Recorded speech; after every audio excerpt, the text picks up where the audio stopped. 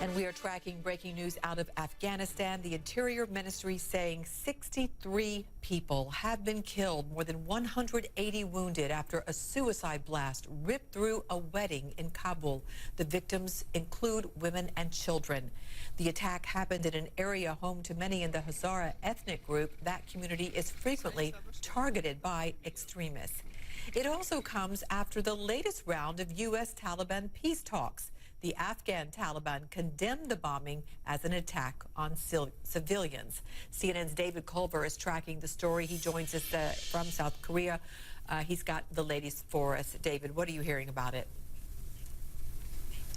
Natalie, very much following this breaking news story here and all the details that are coming in, so you'll excuse me as I'm referencing down to get some of that latest information. As you mentioned, the Interior Ministry saying 63 people killed here, more than 180 injured. Those numbers, they could go up. We're continuing to monitor that.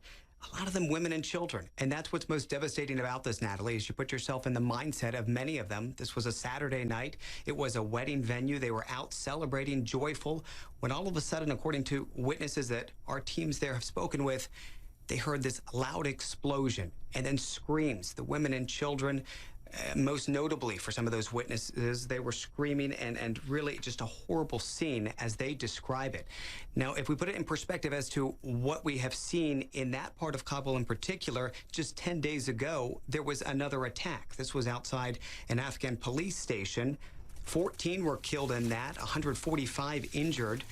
And that was, according to the Taliban, they're doing. They claimed responsibility for that one. However, they're adamant about this most recent one, that they had nothing to do with it. In fact, a spokesman saying that they condemn suicide attack on civilians in that hotel in Kabul. So they are keeping their distance from this one. So far, no one has taken responsibility. But as you mentioned, this comes as the U.S. and Afghanistan, particularly the Taliban, are in the midst of these talks, these peace talks. And it's notably just the Taliban because the Afghan government is not taking a major role in this. The U.S. trying to figure out how essentially to withdraw the 14,000 or so U.S. troops that are within Afghanistan, while at the same time guaranteeing that the Taliban won't allow al-Qaeda or Islamic State terrorist groups to gain ground once again within Afghanistan. So they're in the midst of negotiating that. Sources tell CNN they're about 99% complete with those peace talks and could have potentially reached a deal as soon as tomorrow. It's not clear, though, if this latest attack will have any impact on that. Of course, a lot of folks following this closely, wondering who will ultimately claim responsibility, Natalie. It's something we're going to monitor as well from here. The president of the Minnesota Farmers Union, Gary Werdish, who told CNN this week that even the president's supporters are being hurt and struggling in this trade war, even with the money that the administration is giving them to help them through this tough passage. Take a listen. Words and Twitters and tweets, that doesn't pay the farmers' bills. That doesn't solve the problem we're dealing with. And you know, this one, like I said earlier, this one's self-inflicted by our president, and we definitely agreed with him at the beginning. But it doesn't appear that there's a plan B. These are people on the front lines, and they're saying the trade war is directly hurting them, and China is not bearing all the burden of this. They are bearing the burden of this. So there's a couple of things to say here. First of all, this president has the backs of farmers, and all the money we're taking and our tariffs, a lot of that is going right to the farmers to keep us whole. Let's make no mistake about it. China is targeting those farmers to buckle our knees. I think whenever we talk about the China issue, it's really important to just go over the 7 things we're fighting for. It's the cyber. We can't go into all 7. I know there are 7. Let's just posit right now. Would you acknowledge that there's 7 significant problems, including killing Americans with fentanyl and opioids, that this president is standing up to China? Would you acknowledge that Bill Clinton got China into the WTO and that George Bush, Joe Biden, and Barack Obama stood by while we lost 70,000 factories and 5 million manufacturing jobs? There is pretty much broad consensus in the United States that China is a bad actor. And Absolutely. on Capitol Hill, and they are behind this president. The farmers are behind this president.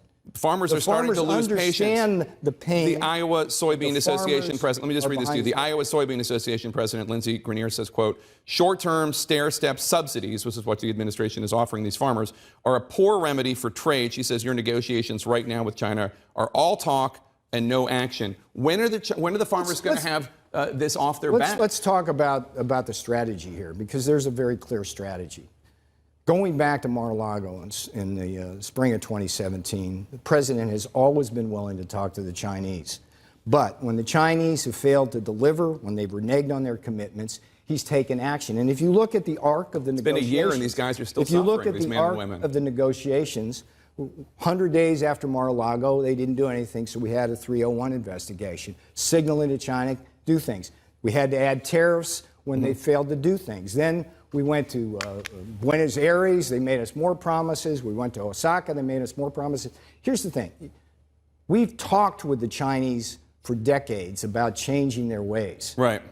They are not going to change their ways unless the president actually has action that backs that up. But here's the thing. You and the administration keep on saying that the entire burden of these tariffs and this trade war is being borne by China. Absolutely true. A study from researcher at Harvard, the University of Chicago, the IMF, and the Federal Reserve Bank in Boston in May found that U.S. importers are shouldering about 95% of the price change from the tariffs, and China is shouldering only 5%. See, that dog won't hunt. Let's do some math here, right? You put on 10% tariffs on $200 billion. Are you saying that their research is wrong? Hang on. Just do some math with me. $200 billion, we put on a 10% tariff, and China devalues their currency by 12%.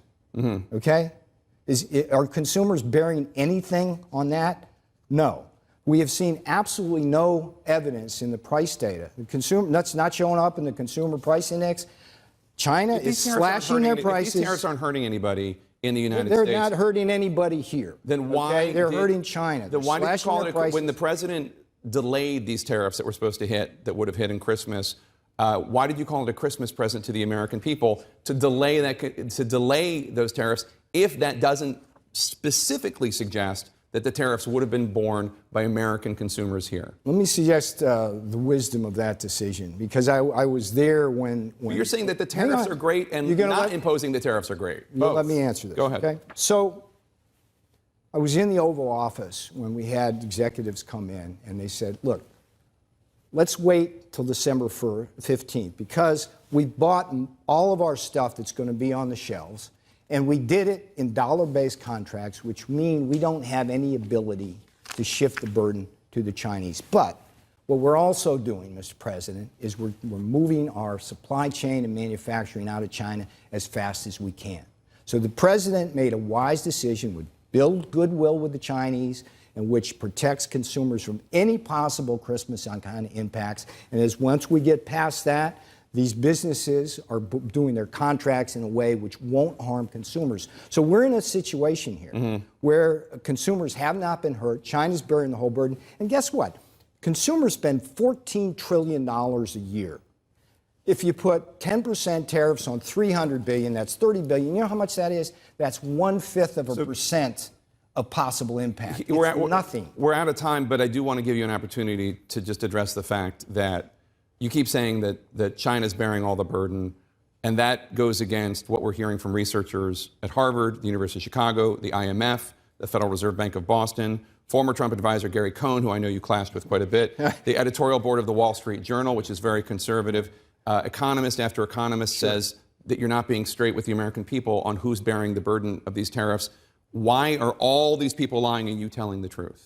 So all I would say to you is look at the data. There's absolutely no evidence whatsoever. Did you look at that study I told you about?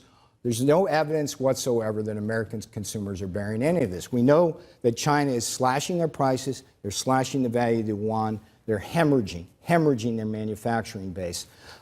Be happy to look at some of those studies, but I can tell you this. This president is committed to standing up to China and getting a good deal for the American people, and he will continue to do what needs to be done. The strategy has been put in place going back to Mar-a-Lago, and we are winning.